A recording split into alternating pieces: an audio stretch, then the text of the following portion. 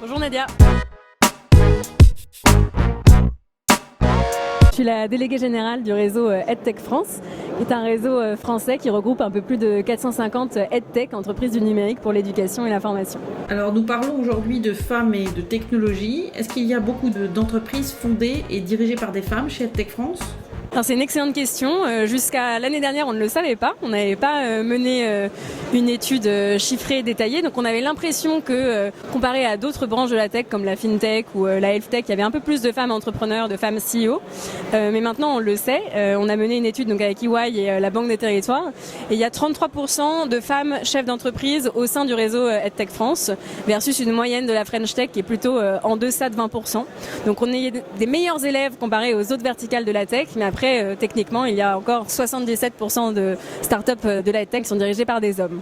Donc, un tiers, on peut dire qu'on peut faire mieux. Après, c'est en tout cas une problématique qui est identifiée au sein du réseau, avec une vraie volonté de faire changer les choses.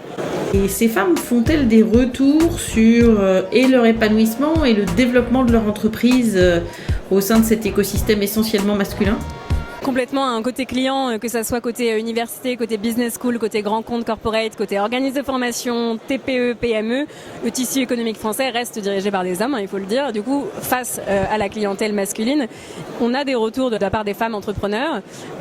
Ou sur la question du pilotage de projet, ça va pas poser problème. Là où par contre, ça reste encore à améliorer, c'est dès qu'on s'attaque à la vaste question de la levée de fonds, du financement, notamment financement privé, où une grande majorité des investisseurs aujourd'hui, y compris dans les fonds à impact, restent des hommes, ce qui peut entraîner un certain nombre de biais. Donc on sait que les femmes entrepreneurs en recherche de levée de fonds, elles sont aidées par les réseaux, que ce soit le réseau EdTech France, le réseau Sista ou d'autres réseaux.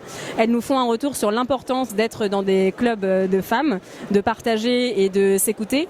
Et si on regarde la moyenne des 120 plus grosses boîtes de la French Tech, donc le FT 120, Sista a sorti un baromètre il y a quelques semaines qui nous dit que 25% des plus grosses entreprises de la French Tech sont dirigées exclusivement par des hommes. Donc ça pose problème parce que forcément dans la construction des produits tech de demain, vous avez un biais cognitif qui est que ce sont des produits designés par des hommes, pilotés par des hommes et qui du coup seront peut-être plus favorablement utilisés par des hommes. Donc on a des retours sur l'importance des réseaux, la complexité de lever des fonds en tant que femme, même aujourd'hui en 2023, et l'importance d'être en tout cas apte à parler à des interlocuteurs masculins parce que l'intégralité, voire la grande majorité du tissu économique français reste masculin.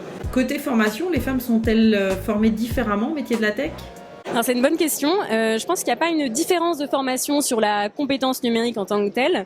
Par contre, il y a une compréhension qu'il existe une autocensure certaine quand il s'agit d'orientation scolaire. Aujourd'hui, on sait qu'un peu moins de 20% des jeunes femmes au lycée s'orientent vers des filières numériques et technologiques, et qu'en France, sur tous les postes dits à compétences numériques, c'est un peu moins de 30% d'entre eux qui sont occupés par des femmes. C'est une source Femmes et Numérique, qui est un think tank qui travaille sur cette question. Donc c'est vrai qu'aujourd'hui, on est face non pas à des formations différentes, mais à un problème d'orientation qui se règle par évidemment des politiques d'école extrêmement favorables envers les filières techniques et numériques pour essayer d'attirer les jeunes femmes.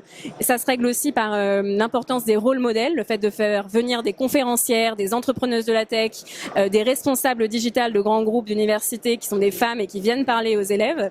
Ça, on sait que ça fonctionne. Et évidemment, la communication, des médias comme celui que vous êtes en train de faire, du contenu audio, des vidéos, tout ce qui permet en fait de montrer que le numérique, que ça soit sur des postes techniques ou moins techniques, peuvent aussi convenir aux femmes.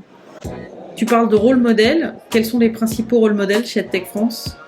Alors là, je vais faire des jalouses si j'oublie des noms. On a beaucoup de femmes qui prennent position sur ce sujet. Je pense notamment à une fondatrice qui s'appelle Chloé Hermary qui a fondé une entreprise dédiée au code et à l'apprentissage des compétences numériques pour les femmes, mais pas que, qui s'appelle Ada Tech School, en hommage à une des premières femmes codeuses de l'histoire. Et après, on a tout un nombre d'entrepreneurs qui incarnent cette parole. Amélia Matar, Solène, Perrine, Aude.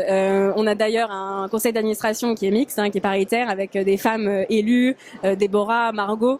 Donc c'est un plaisir de voir que ça s'incarne sur le terrain, et surtout c'est extrêmement important dans la composition des équipes de direction, parce qu'on parlait de CEO et de statistiques qui concernent le pilotage de l'entreprise.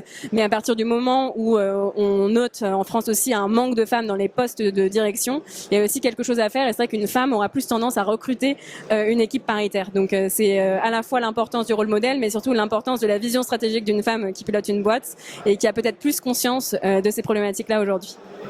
Merci beaucoup Anne-Charlotte. Merci Nadia, à très vite.